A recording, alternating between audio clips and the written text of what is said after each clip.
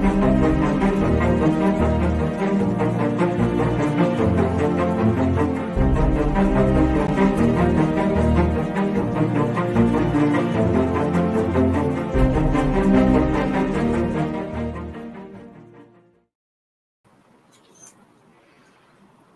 day, viewers, and welcome to another episode of our special show, The Nigeria We Want. The Nigeria We Want is a collaborative project of leadership and the United Nations International Children's Education Fund, UNICEF. So it features students from different schools across the FCT as they speak to us about the kind of Nigeria they want or a vision for themselves in areas such as education, healthcare, governance, and insecurity, or security as the case may be. So joining me in the studio today are Muhammad Nasir and Khadija from Allied Monarch International School. I am in SS2. Good, and Messi Boniface from Starlight Dynamic Heritage Academy. I'm just one. Thank you so much for joining us today. So we start off first with education. We have all heard about the SDGs, right? The Sustainable Development Goals.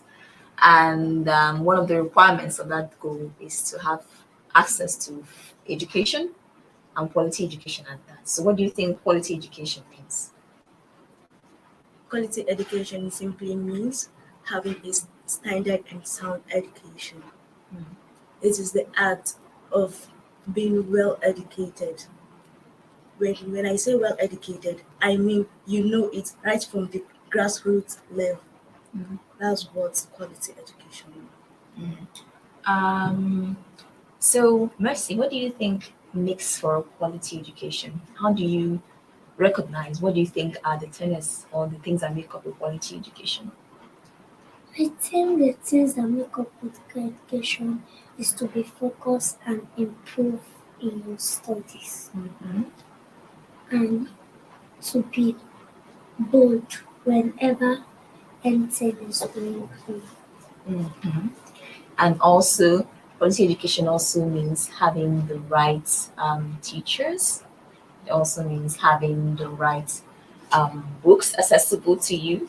It also means even being able to afford to go to school, right? Yes. Thank you very much.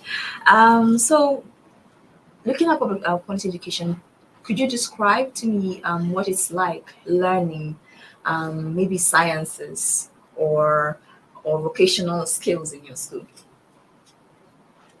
Sciences in my school is very interesting and very broad because we have all the laboratory ranging from the physics, chemistry, and biology labs. We even have the agric labs, and they are well equipped.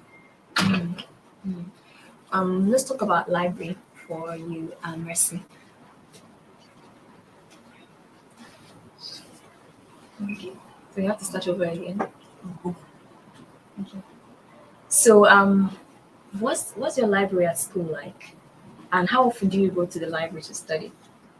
I go like 1 hour and study for 2 hours and go back to the school. Oh, so what do you do? Do you have somebody in the library telling you what to do, or you just read based on what you are interested in reading? We have somebody who tell us what to do and we study. So how often do you see new books in your library? I see many new books in the library, like storybook, novels, and one of them portraited. But how often? Like sometimes when you come to library, you may see a book and it hasn't been, maybe one book has been there on the shelf for many years. And how long does it take to change books in your library? Do you think? Sometimes 1 year. 1 year. Okay. So let's look at it. Would you like to see, and read more books? Because I know in some libraries, or maybe people have what they call reading clubs. Do you have that in your school? No. You don't. Okay, so it's a club where people join and then they go there to read. They decide on what to read and then they read on that and then they come in to discuss what they have read. So it's a good way of helping people build up their language skills, their vocabulary skills, and all that. But what would you like to see done in order to make maybe your library and the learning that you do in your library better? I would like to see many things, like the books, so that we can read and learn more about them. About that. Okay, good. So let's move on a little bit further to maybe security or insecurity, as the case may be. Would you say that that Nigeria is a very secure nation? No, Good. Why? because currently we are faced with the challenge of kidnappers and that of the flag enhancement. What do you think Nigeria is a very secure country? No. Why do you say so? Because there's bribery and corruption, Bribery and corruption. What else? and there are kidnappers everywhere. Wow. So now, how would you describe a country that is secure? A country that is secure to me is a country that where everybody can move freely on the road without any fear or tension, where everybody can carry out his right and duty freely without any fear. Each and everyone can sleep with two eyes closed, not two eyes open. I believe not in Nigeria, we are sleeping with one eye open and the other. And we are not even able to go out from our homes freely. Before, when the country was secured, you can visit your friend in your bus. Now I'm telling my parents that I want to go and see my friend. They'll be like, I still like you. I still want to see you, so you should stay at home because of that fear that I can be kidnapped or something wrong might happen to me on the road. Wow. Do your parents tell you the same thing? Yes, ma. Sometimes they don't allow me to visit my friends. Because of insecurity. Yes, ma. Wow. So what do you think? Both. Let's start with government first. Should do to help secure our nation, to make our nation secure. I want the government to be proud and let them stop doing what is not right, and to make the country free from the kidnappers and bribing and corruption. Okay. And what do you think the government should do first?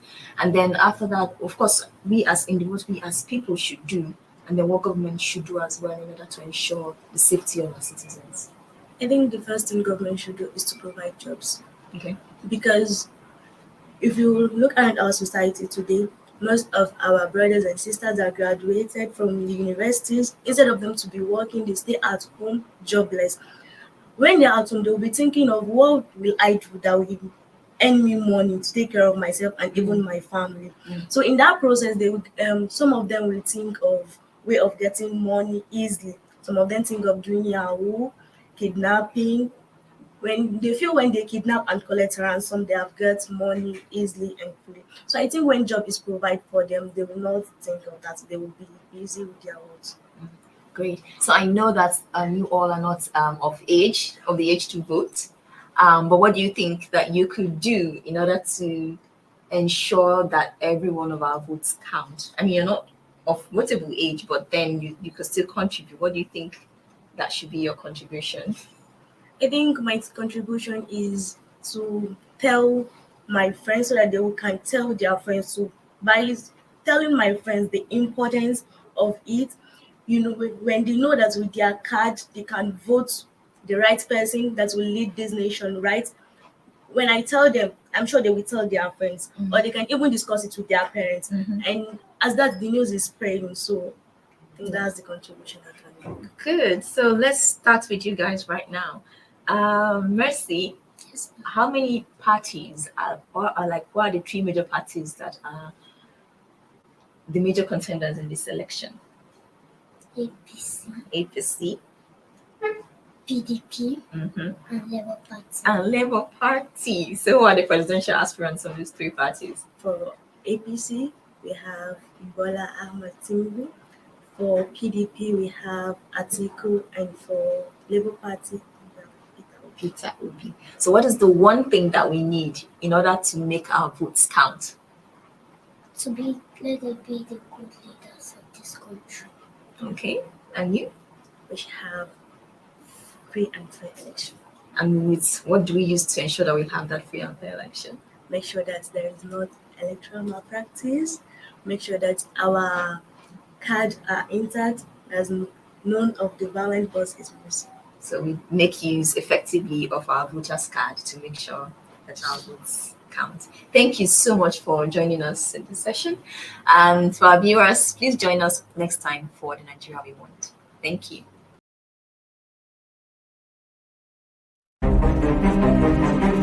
Thank you for watching. For sponsorship and advert placements, please contact 080-3688-6158. Last Word Leadership Podcast Studio. You have the last word.